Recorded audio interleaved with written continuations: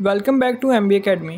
तो आज की इस वीडियो के अंदर हम अपने इस चैनल पर एक नई जर्नी स्टार्ट करने वाले हैं, एक नया कोर्स लॉन्च करने वाले हैं।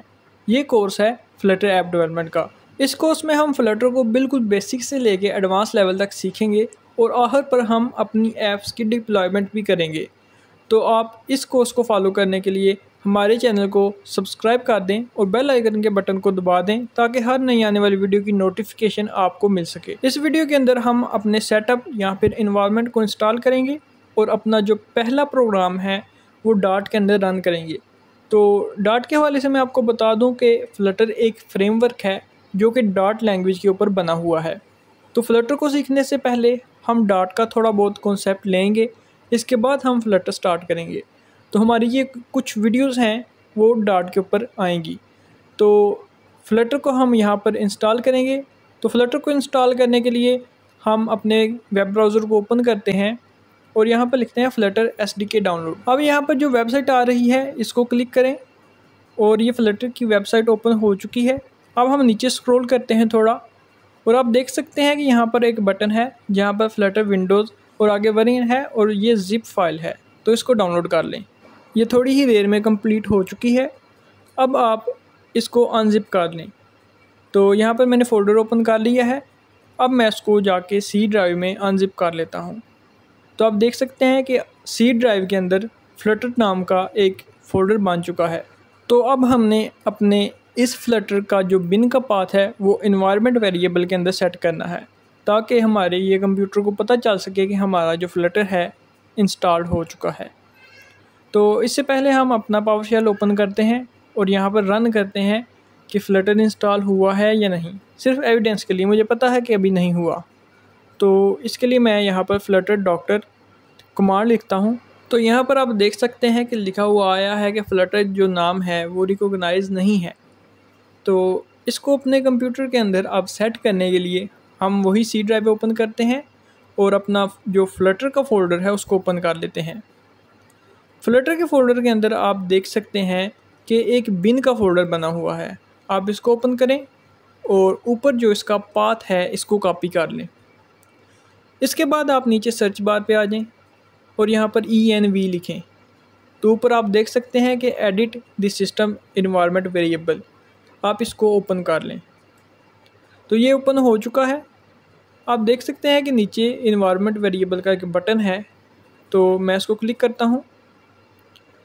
तो ये मेरे इन्वायरमेंट जो वेरिएबल हैं यूज़र के और सिस्टम के, ये ओपन हो चुके हैं। अच्छा, जो भी कोई हम ऐप इंस्टॉल करते हैं तो उनका पाथ हमें इन इन्वायरमेंट वेरिएबल के अंदर देना लाजमी होता है। जब भी हम किसी चीज़ का इन्वायरमेंट सेटअप करते हैं तो ये बहुत लाजमी स्टेप है। इसके अलावा हम उस चीज़ को यूज़ नहीं कर सकते अपने कंप्यूटर में। तो यहाँ पर आप देख सकते हैं कि जो ऊपर यूज़र वेरिएबल है उसके अंदर पाथ नाम का एक वेरिएबल है। आप इसको ओपन करें और आप देख सकते हैं कि ये ओपन हो चुका है। अब यहाँ पर नया जो पाथ है हमने सेट करना है जो हमने उधर से कॉपी किया था। तो यहाँ पर आप न्यू पर क्लिक करें, जो पाथ था आपके पास उसको यहाँ पर पेस्ट कर दें। तो ये हमारे पास जो फ्लटर है वो रिकॉग्नाइज हो गया है। अब फ्लटर तो हमारे पास रिकॉग्नाइज हो गया है, इसको हम पावरशेल पर या फिर अपने CMD पर चेक कर सकते हैं। तो अब मैं CMD ओपन करता हूँ और फ्लटर डॉक्टर लिखता हूँ। तो आप देख सकते हैं कि ये हमारे पास जो है फ्लटर वो इंस्टॉल हो चुका है और ये सारी जो स्टेटमेंट है वो इसी के मुताबिक है। इसके अलावा अब हमने अपने इस सिस्टम में डार्ट का कुछ करना है। तो डार्ट है जो वो फ्लटर के साथ ही इंस्टॉल होता है। लेकिन अब अगर हम यहाँ पर डार्ट -- वेरिएंट लिखेंगे, जो ये कमांड हमें बताएगा कि हमारे पास डार्ट का वेरिएंट कौन सा है, तो ये हमें ये भी बताएगा कि डार्ट हमारे सिस्टम में इंस्टॉल भी है या नहीं, यानी कि इससे पता चलता है कि डार्ट इंस्टॉल है या नहीं। तो आप देख सकते हैं कि मैंने ये लिखा है और नीचे आया है unable to find git in your path. तो गिट हमारे पाथ के अंदर नहीं है। अब इस चीज़ को कैसे सॉल्व करें? इस चीज़ को सॉल्व कर सकते हैं हम जो गिट है उसको डाउनलोड करके। तो गिट को डाउनलोड और इंस्टॉल करने के लिए आप अपना वेब ब्राउज़र ओपन कर लें और यहाँ पर सर्च करें डाउनलोड गिट। तो जो पहली वेबसाइट है इसको क्लिक करें तो ये आपको अपने ऑपरेटिंग सिस्टम के लिहाज से आपको वरियां सुजेस्ट करेगा। तो मैं यहाँ पर क्लिक हेयर टू डाउनलोड करके इसको डाउनलोड कर लेता हूँ। तो ऊपर आप देख सकते हैं कि ये जो exe फ़ाइल है ये डाउनलोड होने लगी है। तो ये डाउनलोड हो चुकी है। अब मैं इसको इंस्टॉल कर लेता हूँ। तो मैंने इसको डबल क्लिक किया तो आप देख सकते हैं कि ये जो पॉपअप है ये मुझे शो हो रहा है। तो आप इसको यस क्लिक करें।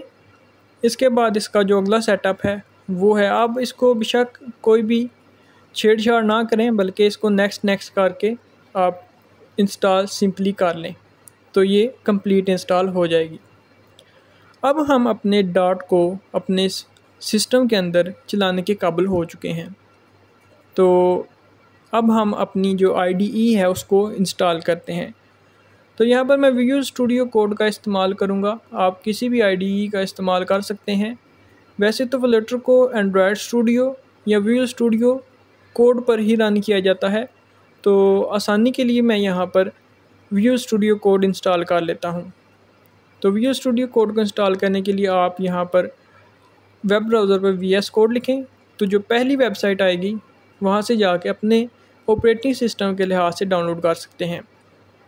तो मेरा विजुअल स्टूडियो कोड डाउनलोड हो रहा है। तो डाउनलोड होते ही मैं इसको इंस्टॉल कर लेता हूँ। तो अब मैं इसको इंस्टॉल करता हूँ। तो आप देख सकते हैं कि मैंने इसको सिंपली आप जो है इसका इंस्टॉलर उसको फॉलो करें तो आपका ये जो विजुअल स्टूडियो कोड है वो इंस्टॉल हो जाएगा। लेकिन यहाँ पर कुछ आपको सेटिंग्स भी मतलब क्लिक करनी पड़ेंगी, चेक करनी पड़ेंगी, जिससे आपका जो VS कोड है वो आसानी से हैंडल हो सकेगा और आप कुछ फीचर्स आपको मिल जाएंगे एडिशनल। तो आप इन सब को चेक कर लें बॉक्सेस को। तो ये मेरा विजुअल स्टूडियो कोड भी इंस्टॉल हो चुका है। अब मैं इसको ओपन करता हूँ। तो यहाँ पर कुछ जो लाजमी एक्सटेंशंस हैं वो मुझे इंस्टॉल करनी पड़ेंगी। एक तो मेरे पास डॉट की एक्सटेंशन है, यहाँ पर फ्लटर की एक्सटेंशन है। तो मैं यहाँ पर डॉट लिखता हूँ तो इसको इंस्टॉल कर लेता हूँ। इसके बाद मेरे पास जो एक्सटेंशन है वो है कोड रनर की। तो कोड रनर को भी मैं इंस्टॉल कर लेता हूँ। अब मैं यहाँ पर एक नया फ़ोल्डर बनाता हूँ और उसका नाम मैं रख लेता हूँ डॉट। अब मैं यहाँ पर फाइल बनाता हूँ hello.dot। इसके अंदर मैं ये चेक करूँगा कि हाँ मेरा ये जो इन्वायरमेंट है वो प्रॉपर वर्क कर रहा है। तो मैं यहाँ पर इसका कोड लिखूँगा।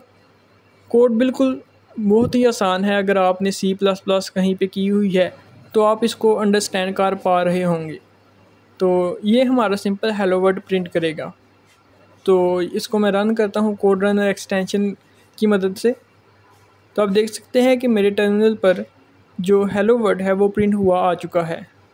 तो यहाँ तक हमने अपने सेटअप को, अपने फ्लटर के सेटअप को, डॉट के सेटअप को कंप्लीट कर लिया है। तो हम अगली वीडियो से इंशाल्लाह अपनी प्रॉपर डॉट को शुरू करेंगे। तब तक के लिए अल्लाह हाफिज़।